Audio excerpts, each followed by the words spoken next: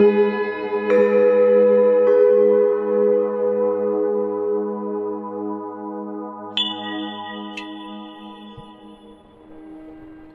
के सवाल में आज दो प्रश्न हैं। दोनों ही प्रश्न नारी शक्ति की तरफ से आए हैं। गृहस्थ आश्रम के प्रश्न हैं, घर गृहस्थी से आए, किंतु दोनों ही प्रश्न बहुत ही गंभीर और संवेदनशील हैं। ये केवल दो प्रश्न नहीं हैं, इससे संबंधित मेरे पास अनेक प्रश्न आए थे, लेकिन इन दो प्रश्नों में उन सभी प्रश्नों का सार समाहित है। इसलिए मैंने इन दो प्रश्नों को यहाँ पर एक साथ उठाया है, क्योंकि दोनों की ही ध्वनि एक ही है। अब वह ध्वनि क्या है, इस ध्वनि को समझने के लिए, इस साउंड को रिसीव करने के लिए आपको इन दोनों के ही प्रश्नों को बहुत ध्यान से सुनना पड़ेगा, क्योंकि प्रश्नकर्ताओं के स्वर के पीछे जो उनका भय दिखाई दे रहा है, जो आत्मग्लानि और अपराध बोध का भाव दिखाई दे रहा है, वह समझने जैसा है।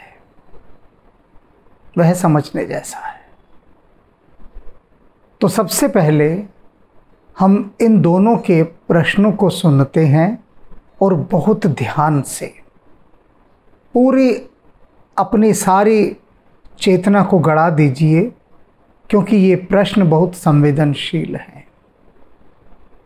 सुनते हैं। गुरुदेव जी प्रणाम। गुरुदेव जी, मैं आपकी वीडियो काफ़ी दिनों से देख रही हूँ। मैंने आपकी बहुत सारे वीडियो को देखा है और रोज़ इंतज़ार रहता है नई वीडियो का, और जिन्हें मैं देखती भी हूँ, सुनती भी हूँ।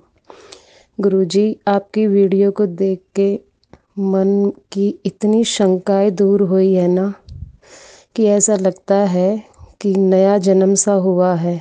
क्योंकि कई बार हम इतने डरे हुए होते हैं, क्या करें क्या ना करें, लेकिन आपकी बहुत सारी वीडियो ने बहुत प्रकार की संशय दूर की है। गुरुजी, मेरी एक संशय है जो मैं चाहती हूँ आप उसे दूर करें प्लीज़। गुरुजी, मेरी संशय ये है कि ब्रह्मचर्य का पालन घर गृहस्थी वाले लोगों को किस प्रकार करना चाहिए।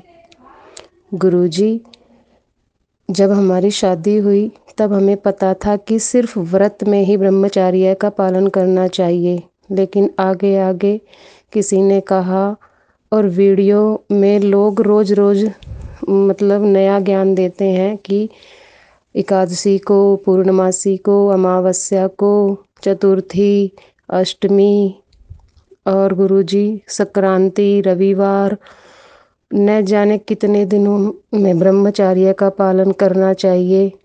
और जब स्त्री अशुद्ध होती है तब नवरात्रि, श्राद्ध, इतने सारे दिन है गुरुजी कि हम तो मतलब मन दुखी रहता है कि पहले तो हमने तिथियों का कभी विचार किया ही नहीं, ना ही ज्ञान था। गुरुजी, मैं आपसे पूछना चाहती हूँ कि हम घर गृहस्थी वाले लोग कब हमें ब्रह्मचर्य का पालन करना चाहिए और कब नहीं। गुरुजी, मेरा मन बड़ा परेशान होता है, और हमारी इस शंका को दूर करें और इस पर आप वीडियो भी बनाए, ताकि बहुत सारे लोगों को यह ज्ञान मिल सके, उनकी परेशानी दूर हो सके। क्योंकि गुरुजी, ऐसा लगता है कहीं हमने कितना पाप कर दिया होगा, हमें तो पता ही नहीं। गुरुजी, आप प्लीज़ बताइए कि जो पहले हमने तिथियों पर ध्यान नहीं दिया, क्या हमें उसका पाप लगेगा। और गुरुजी, न्यू जनरेशन जिनको तिथियों के बारे में पता ही नहीं है, उनको भी आपकी वीडियो से फ़ायदा होगा गुरुजी, और वो भी समझ पाएंगे कि उन्हें कैसे जीवन बताना चाहिए। गुरुजी, प्लीज़ मेरी संशय को दूर करें। मैं बहुत परेशान हूँ इस चीज़ को लेके। प्लीज़ गुरुजी। हर हर महादेव। प्रणाम गुरुजी। मेरा नाम पुष्पा प्रजापति है। मैं गुजरात नवसारी से बोल रही हूँ। मैं वैसे रहने वाली यूपी की हूँ, लेकिन मैं अपने बच्चों अपने हस्बैंड के साथ गुजरात में रहती हूँ। मैंने आपका पहले वीडियो देखा था, वो लहसुन प्याज का, मुझे बहुत अच्छा लगा। तब से मैं आपका वीडियो देखती हूँ। आपके वीडियो देख के मुझे मेरे मन में जितने भी सारे सवाल थे, सारे सवाल के जवाब मिले और मुझे बहुत अच्छा लगता है। बहुत सारे भ्रम से मैं निकली मन के सवाल देखकर, और मेरे मन में कुछ सवाल हैं क्योंकि आपकी वीडियो देखकर मैं बजरंगबली बाबा की पूजा करना चाहती हूँ। आपने बताया स्त्री की पूजा करना चाहिए, बहुत लोगों ने बताया नहीं करना चाहिए। आपकी वीडियो देखकर मैं सोल्यूशन पे पहुंची, मैं करूँगी पूजा और मैं कर रही हूँ इस समय, लेकिन थोड़ा कन्फ्यूजन है मुझे उसमें। मैं सोचती हूँ मैं दाम्पत्य जीवन में हूँ तो ब्रह्मचर्य का पालन संकल्प में तो कर लेती हूँ, बिना संकल्प के मैं कैसे पूजा करूँ उनके? अगर मैंने आज संबंध बनाया तो क्या मैं कल उनकी पूजा कर सकती हूँ? मैं नॉनवेज ही खाती हूँ, मेरे घर में सब लोग खाते हैं। तो अगर एक दिन पहले हमने नॉनवेज खाया तो क्या सुबह हम उसकी पूजा कर सकते हैं? एक स्त्री कर सकती है, इसके बारे में गुरुजी आप बताइए, क्योंकि मैं मन में गिल्ट लेके उनकी पूजा नहीं कर सकती। एक मन में भ्रम होता है कि शायद ये अच्छा है या नहीं है, बाबा स्वीकार करेंगे कि नहीं करेंगे, इसके बारे में मुझे बहुत ही कन्फ्यूजन है। आप इसका जवाब दीजिए, मैं आपसे विनती करती हूँ हाथ जोड़ के। मेरा ये प्रश्न बहुत जल्दी उठाइए, क्योंकि अब 6 महीने जब टाइम लेंगे तो मैं कैसे उतना इंतजार कैसे करूँगी? इसके लिए मैं चाहती हूँ आप मेरा सवाल थोड़ा जल्दी उठाइए और मेरे प्रश्न का उत्तर दीजिए। प्लीज गुरुजी, प्रणाम।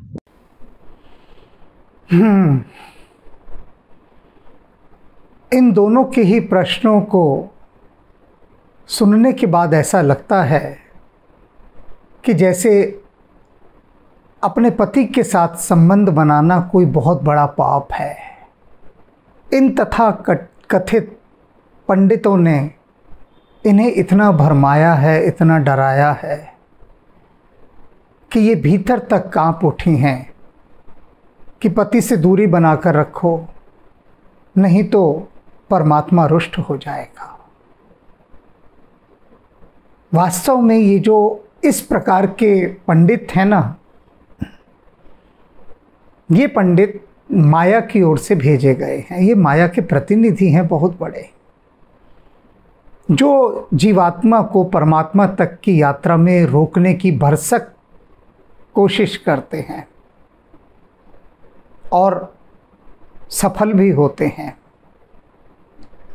ये भक्तों के हृदय में, उनकी बुद्धि में ऐसी ऐसी बातें डाल देते हैं, ऐसी ऐसी बातें कि भक्त जो हैं वे भक्ति तो छोड़ देते हैं और इन व्यर्थ की बातों में उलझ कर रह जाते हैं। अब पति के साथ संबंध बनाना ये तो प्रकृति का आदेश है, प्रकृति की इच्छा है। गृहस्थ आश्रम का जो एक समन्वय है, एक जो तालमेल है, एक जो जुगलबंदी है, वह इन्हीं संबंधों के माध्यम से बनती है। और गृहस्थ आश्रम में पति पत्नी का ये संबंध, ये तो सबसे पवित्र और दिव्य कर्म है।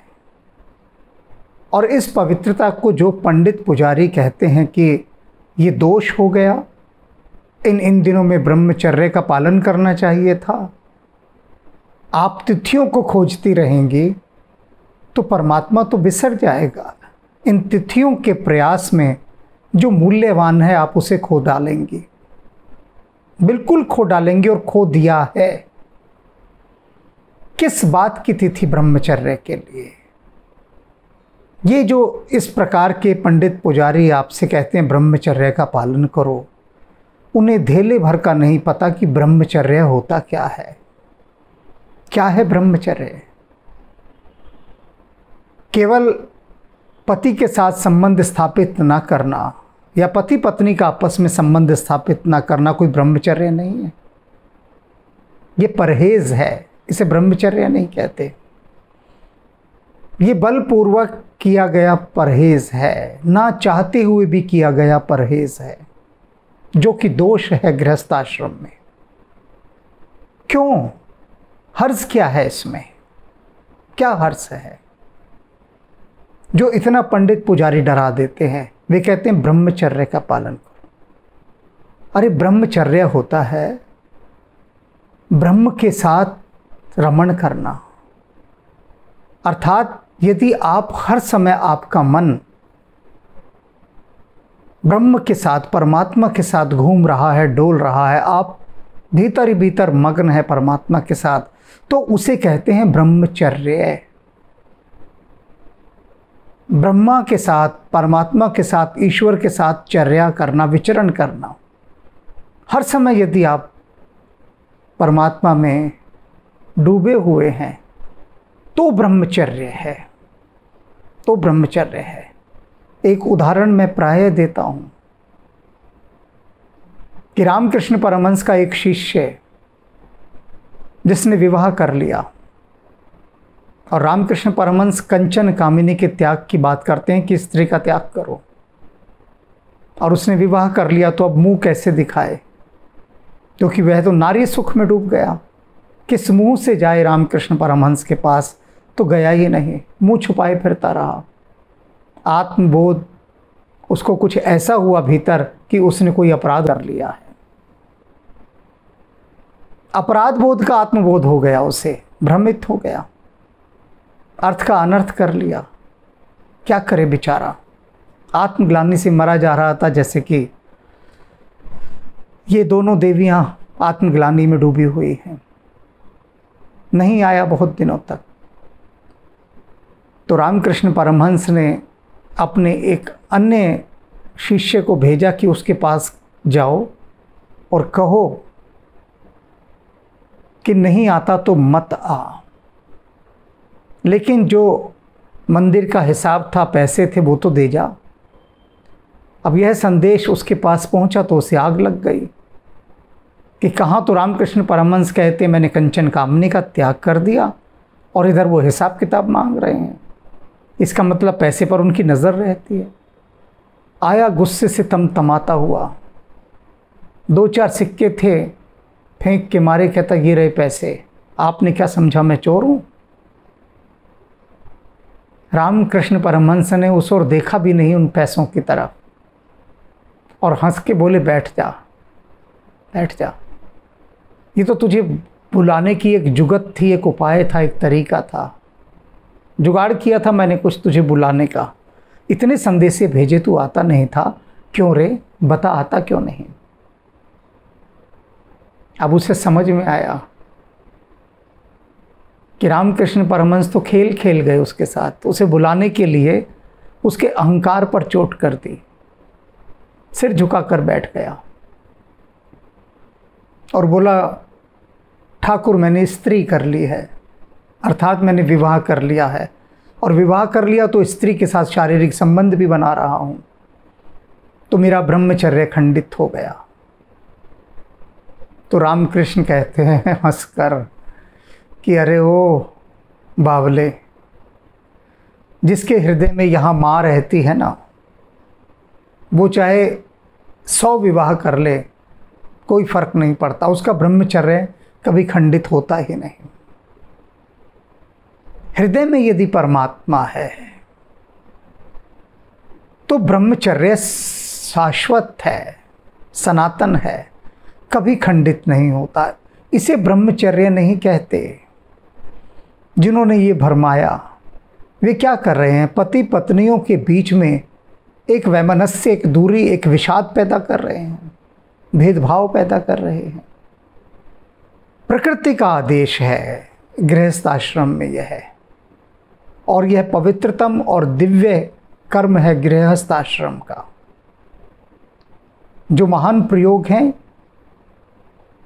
यहाँ तो कोई नहीं करता, क्योंकि डर इतना समाया हुआ है। वास्तव में पति पत्नी जिस समय संबंध बनाते हैं, उस समय जब ऊर्जा शिखर पर होती है, चरम पर होती है, तब यदि परमात्मा का सिमरन किया जाए, तब यदि भीतर भाव गहराया जाए उपासना का, तो इस वासना से जो छलांग लगती है वो सीधा उपासना में लगती है। लेकिन लोग उस समय तो नाम जपते ही नहीं, उस समय तो बहुत दूरी होती है नाम से, बहुत दूरी। जबकि वास्तव में जो गहरे प्रयोग हैं, गहरे से गहरे, वे गहरे प्रयोग यही कहते हैं कि उन क्षणों के अंदर आपको परमात्मामय होना चाहिए, उपासनामय होना चाहिए। और जब उन क्षणों में आप यदि प्रार्थनापूर्ण हैं, उन क्षणों में आप यदि अपने इष्ट देव का, देवी देवताओं का स्मरण कर रहे हैं उस समय, तो उस समय जो ऊर्जा होती है वो परमानंद के बहुत निकट होती है। ये जो ऊर्जा है काम की ऊर्जा, ये उस समय राम की ऊर्जा के बिल्कुल निकट पहुंची होती है, बिल्कुल निकट। लेकिन उस समय ओछे विचारों के रहते वो ऊर्जा वहीं नीचे गिर जाती है। तो यदि उस समय उन क्षणों का उपयोग हम अपने लिए एक जंपिंग बोर्ड की तरह इस्तेमाल कर लें, तो वहाँ से छलांग लग सकती है। फिर वो जो काम की ऊर्जा है वो राम की ऊर्जा में रूपांतरित हो सकती है। लेकिन लोग डरते इतने हैं, भय समाया हुआ है कि जो वास्तविक क्षण थे छलांग लगाने के, उनसे ही चूकते गए, उनसे ही चूकते गए। ये महान प्रयोग और करके देखने वाले प्रयोग हैं, ये करके देखने वाले। जो इन तिथियों में आपको पंडित पुजारी उलझा रहे हैं, यदि आप उलझ गई इनमें तो होगा क्या जानती हैं? ये जो छोटे छोटे से बैरियर हैं, ये जो बाधाएं हैं, जीवन की सारी ऊर्जा इन्हीं भयों में, संकोचों में, भ्रमों में, इन्हीं के भंवर में घूम घूम कर रह जाएगी। और जो वास्तविक यात्रा है परमात्मा की, वह नहीं हो सकेगी, बिल्कुल नहीं हो सकेगी। कोई भी यह नहीं पूछता, या पंडित पुजारी किसी को भी यह नहीं कहते। अभी कहा इन्होंने कि अगर मैंने पति के साथ संबंध बनाए तो क्या अगले दिन मैं हनुमान जी की पूजा कर सकती हूँ? या मैंने अगर मांसाहार कर लिया है, नॉनवेज खा लिया है, तो हनुमान जी की पूजा करने से कोई दोष तो नहीं लगेगा? हनुमान जी एक प्रतीक हैं, कोई भी देवी देवता।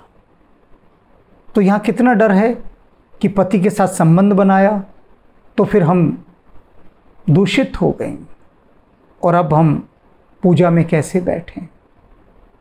या अनेक पुरुषों के भी ये मेरे से प्रश्न आए हैं कि हम तो विवाहित हैं और विवाहित होने के बाद हम अपनी पत्नी का संग करते हैं, तो अगले दिन पूजा कैसे करें? बहुत प्रश्न आते हैं इस तरह के। मैं पूछता हूँ ऐसे लोगों से या उन पंडित पुजारियों से कि क्या किसी ने ये पूछा मुझसे आज तक कि कल मैंने एक ईमानदार और सच्चे आदमी को, जो कि दफ्तर में काम करवाने आया था, मैंने उसे बड़ा सताया, इतना सताया कि उसे मजबूर कर दिया रिश्वत देने के लिए, और मैंने उसे डरा के, धमका के, किसी भी तरह से करके, वशीभूत करके मैंने उससे खूब मोटी रिश्वत वसूली। तो अब आप मुझे बताइए कि आज मैंने बहुत सारी वो रिश्वत ली है, तो कल अगर मैं हनुमान जी की पूजा करूंगा तो मुझे दोष तो नहीं लगेगा? या आज मैंने किसी का हक मारा है, जो जिसका बनता था हक, वो हक उससे छीन लिया, उस पर जुल्म किया मैंने, तो आज जो मैंने जुल्म किया, तो क्या कल हनुमान जी की पूजा कर सकता हूँ? क्योंकि आज तो मैंने पाप किया है।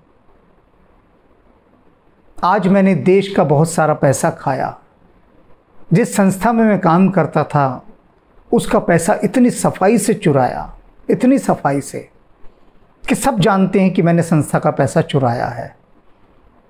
लेकिन माँ सरस्वती ने और हनुमान जी ने मुझे जो बुद्धि दी, शार्प माइंड दिया, उस शार्प माइंड के चलते किसी का बाप भी चैलेंज नहीं कर सकता कि मैंने पैसे चुराया, क्योंकि सारे बिल मैंने परफेक्ट बनाए हैं, लेकिन माल बहुत चुराया है मैंने अपनी संस्था का।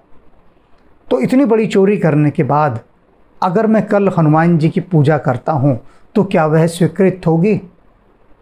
मुझे दोष तो नहीं लगेगा? या आज मैंने एक बेकसूर के ऊपर बहुत गुस्सा किया, इतना गुस्सा किया, उसे इतनी गालियाँ दी कि वह रो पड़ा, तो मुझे बताइए, मैंने जो आज किसी का इतना दिल दुखाया, तो कल जब मैं पूजा करने बैठूंगा तो क्या मेरी पूजा स्वीकृत होगी? ये सवाल कोई नहीं पूछता। जो असली दोष से भर देते हैं, पाप से भर देते हैं, हमारी देह को कलुषित और मलिन कर देते हैं, उन वास्तविक प्रश्नों को कोई नहीं पूछता। ये बेकार की बकवास वाले प्रश्न, बेकार के, कि पति से संबंध बना लिया तो दूषित हो गई। कैसे दूषित हो गई? कैसे हो गई? ये तो सिलेबस में है, गृहस्थ आश्रम का सिलेबस है जो नेचर की तरफ से हमें दिया गया, प्रकृति का विधान है, तो कैसे हो गई दूषित? सुबह रोज शौच जाते हैं ना, शौचालय जाते हैं, शौचालय में जाकर फिर आकर स्नान करके पूजा करते ही है ना रोज बैठकर, तो फिर ये तो सहज स्वाभाविक प्राकृतिक क्रियाएं हैं, इनसे दोष नहीं लगता। दोष जिनसे लगता है वो मैं चर्चा अभी कर चुका हूं। हमारी चालबाजियों से, बेईमानियों से, धोखाधड़ी से, देशद्रोह से, जुल्म करने से, अमानवीय होने से, ये सब जो हम काम करते हैं, ये सब जो काम करते हैं, इन सब कामों को करने के बाद कितनी पूजा करो, कोई स्वीकृत नहीं होगी, कोई स्वीकृत नहीं होगी। लेकिन ये प्रश्न कोई उठाता ही नहीं। मैंने आज तक किसी पंडित पुजारी को नहीं देखा कि जो भगत उसके पास आया है, जिसे पंडित प्रसाद दे रहा है, उससे पंडित ने कहा हो कि सुनो भैया, अगर चोरी बेईमानी करते हो, रिश्वत लेते हो तो वो मत लिया करो, किसी पर क्रोध करते हो मत किया करो, किसी को सताते हो मत सताया करो, देश का संस्था का पैसा मत खाया करो। कोई पंडित किसी को ये उपदेश नहीं करता, कोई नहीं करता। लेकिन व्यर्थ के वितंडावाद में ये तथाकथित पंडित लोगों को ऐसा उलझाते हैं, ऐसा भरमाते हैं कि इन्हीं के चक्करों में पड़कर जीवात्मा यही भटक कर गिर के मर जाती है। आगे की यात्रा कौन करे? कौन करे? एक बाधा दौड़ आपने देखी होगी ना, कि रेसर भागते हैं और आगे बैरियर्स लगे होते हैं, फिर वो छलांग मारते हैं उससे, फिर दौड़ते हैं, फिर छलांग मारते हैं। तो इन पंडित पुजारियों ने ऐसी बहुत सारे बैरियर्स जगह जगह पर लगा दिए हैं। आप दौड़िए परमात्मा की तरफ, थोड़ी देर में ही थक हार के टूट के बैठ जाएंगे, निराश हो जाएंगे। और वही हो रहा है। जो उत्कृष्ट कोटि के श्रेष्ठ पंडित हैं, वे वास्तव में ज्ञान चक्षु खोलते हैं, और वे पंडित नहीं है, वे ब्राह्मण हैं जो ब्रह्म में रमण करते हैं, और वे ही ब्राह्मण ब्रह्मचर्य का पालन करते हैं। संभोग न करना ब्रह्मचर्य नहीं है। ब्रह्मचर्य है ब्रह्म के साथ रमण करना, रहना, चर्या करना, घूमना, कि आपके भीतर की मस्ती इतनी ऊंचाइयों पर पहुंच गई, इतनी ऊंचाइयों पर कि हर समय आप उसके सिमरन में डूबे रहते हैं, और आप इतने पवित्र हैं कि ना आपसे चोरी हो सकती, ना आप किसी को सता सकते, ना झूठ बोल सकते, ना बेईमानी कर सकते, ना चोरी चकारी कर सकते। और यही सबसे बड़ा शाकाहारी होना है। आप किसी का खून ना पिएं, आपसे बड़ा शाकाहारी कोई नहीं। आपने अगर नॉनवेज खा लिया तो आप मांसाहारी नहीं हैं। अनेक मेरे संपर्क के ऐसे लोग हैं जो मांसाहार करते हैं, नॉनवेज खाते हैं, लेकिन मैं उनको वेजिटेरियन कहता हूँ, शाकाहारी। मैं कहता हूँ नहीं, आप शाकाहारी हैं। वे कहते हैं लेकिन हम तो मांस खाते हैं। मदिरा पीते हैं और आप हमें कह रहे हैं कि हम शाकाहारी हैं। मैंने कहा बिल्कुल, क्योंकि आप किसी जीवित मनुष्य का खून नहीं पीते, इसलिए आप शाकाहारी हैं, किसी को सताते नहीं। ठीक है, ये आपके पारिवारिक संस्कारों में चला आ रहा है, आप भी क्या कर सकते हैं, विवशता है आपकी। लेकिन जिस दिन आप पवित्रता की और ऊंचाइयों पर चले जाएंगे, उस दिन आपको लगने लगेगा कि ये मैं क्या कर रहा हूँ, किसी दूसरे जीव को खा रहा हूँ, तो वो स्वतः ही छूट जाएगा, स्वतः ही। मेरे संपर्क में जितने लोग हैं, उनमें से जो मांसाहार करते हैं, मैं उनमें से किसी को भी नहीं कहता कि तुम नॉनवेज क्यों खाते हो, छोड़ दो, जबकि मैं शाकाहारी हूँ। न मुझे उनसे घृणा होती, ना उन्हें मैं दोष की दृष्टि से देखता, बिल्कुल भी नहीं। और ये मेरा हक भी नहीं बनता कि मैं उनको कहूँ कि तुम नॉनवेज छोड़ दो, क्योंकि यह उनकी निजता है, उनकी स्वतंत्रता है, और स्वतंत्रता का सम्मान होना चाहिए, फ्रीडम की रिस्पेक्ट होनी चाहिए। जिस दिन उनको लगेगा, जिस दिन, उस दिन वे स्वतः छोड़ देंगे। और अनेक लोग मेरे संपर्क के ऐसे हैं जो कल तक मांसाहार करते थे, आज छूते तक नहीं, भीतर से ही वितृष्णा हो गई। इसे वास्तव में छोड़ना कहते हैं। तो मांसाहार करने के बाद भी यदि आप पूजन करते हैं, कोई समस्या नहीं है, ये आहार है। और प्रकृति ने जलवायु और प्रदेश के अनुसार सबके आहार अलग अलग बनाए हैं, सबके आहार। अब जो बर्फीले क्षेत्र में रहता है, वह कैसे रोज गेहूं खा सकता है? मांसाहार करना उसकी विवशता है, प्रकृति का आदेश है। तो बातों को उनकी गहराई में समझना चाहिए, उनके मर्म के साथ समझना चाहिए। जब तक मर्म के साथ नहीं समझेंगे, तब तक भ्रम के साथ जिएंगे। कबीर साहब स्पष्ट शब्दों में कहते हैं, अंधा अंधा ठेलिया दोनों कूप पड़ंत। एक अंधा दूसरे अंधे को ठेल रहा है, धक्का मार रहा है, और दोनों कुएं में गिर रहे हैं। वे तथा कथित पंडित पुजारी जो आपको ऐसा कहते हैं कि पति के साथ संबंध बनाकर जैसे आपने पाप कर दिया, इन दिनों में पति से दूर रहो, वे क्या कर रहे हैं? वे आपको ठेल रहे हैं, धक्का मार रहे हैं एक अंधे कुएं में गिरने के लिए। क्यों पति से दूर रहो? क्यों पत्नी से दूर रहो? क्यों रहो? किस कारण से रहो? पाप क्या है इसमें? लेकिन उन्होंने इसको पाप की कोटि में लाकर रख दिया, जबकि ये तो वेदों का एक मंत्र है। ओम सहना ववतु सहनौ भुनक्तु सह वीर्यं करवावहे तेजस्विनां वधीतुमस्तु मा विद्विषावहे।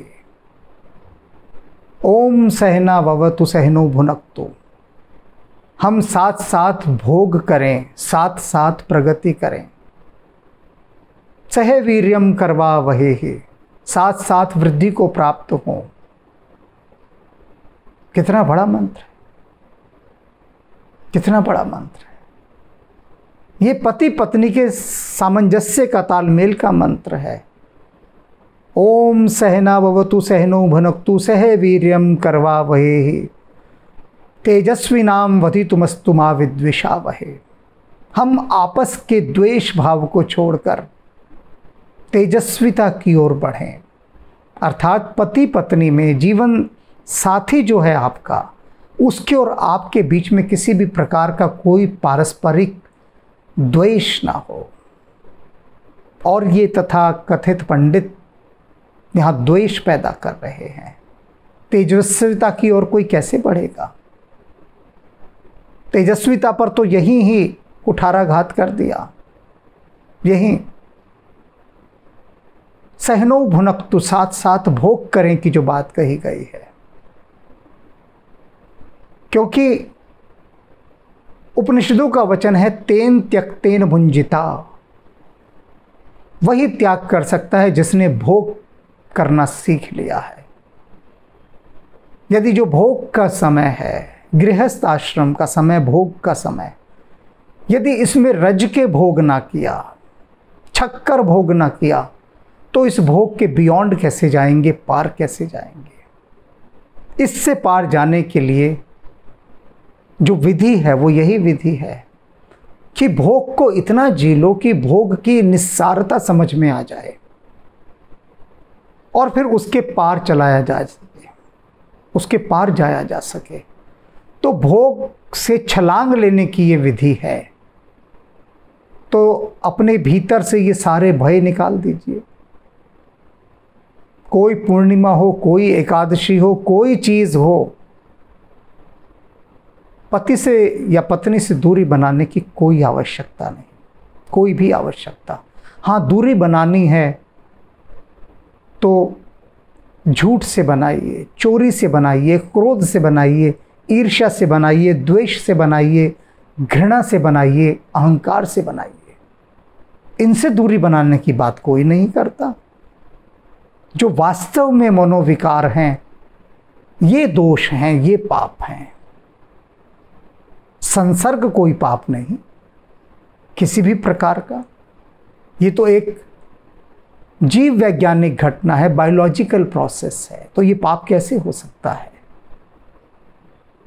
यदि इस कांटे को बाहर नहीं निकाला भीतर से, तो ये कांटा जीवन भर बड़ा दुख देगा, याद रख लीजिए।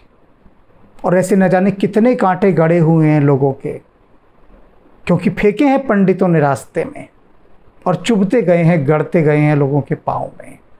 तो ज्ञान के जो जूते हैं, बढ़िया जूते, उन्हें पहन के और ज्ञान की बुहारी हाथ में लेकर उन कांटों को एक तरफ करते जाइए और रास्ते पर आगे बढ़ते जाइए। जीवन में ये बहुत सारे अटकाव आपको कहीं का नहीं छोड़ेंगे, कहीं का नहीं। जो शुभ कर्म है, प्राकृतिक कर्म है, पवित्र कर्म है, उनको ही यदि पाप बता दिया गया तो सोचिए कैसे यात्रा होगी, कैसे यात्रा होगी। फिर नहीं हो सकती। ब्रह्मचर्य का एक ही अर्थ है कि ये जो पाप मैंने अभी गिनाए हैं, मनोविकार, उनको छोड़ दिया जाए और हर समय परमात्मा के ध्यान में लीन होने का प्रयास किया जाए। तब ब्रह्मचर्य की यात्रा आरंभ होगी। तब मैं आशा करता हूँ कि अपने भीतर से इन भयों को निकालने के लिए आप स्वयं अपनी सहायता करेंगे। मैं नहीं कर सकता सहायता, मैं सिर्फ मार्ग दिखा सकता हूँ। जो लाइट हाउस है, मेरा काम सिर्फ लाइट हाउस का है। जो सागर के किनारे एक बहुत बड़ी चट्टान के ऊपर खड़ा है लाइट हाउस।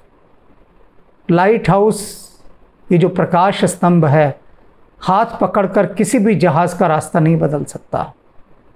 वो सिर्फ खड़ा है, सिर्फ रास्ता बता रहा है। आप जहाज के कप्तान हैं। आपको अपने जीवन रूपी जहाज को स्वयं निर्भीक होकर सही दिशा में ले जाना पड़ेगा। वरना अगर सागर में जहाज भटक गया तो फिर सागर तो अनंत है, उसका ना कोई ओर है ना कोई छोर है।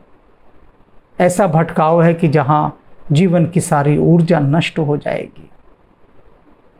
तो अपनी ऊर्जा को बचाइए, इन व्यर्थ के भयों से, भ्रमों से, संदेहों से पार निकलिए। मत अटकिए, यहाँ पर मत अटकिए, क्योंकि बहुत कठिन है डगरपन घट के।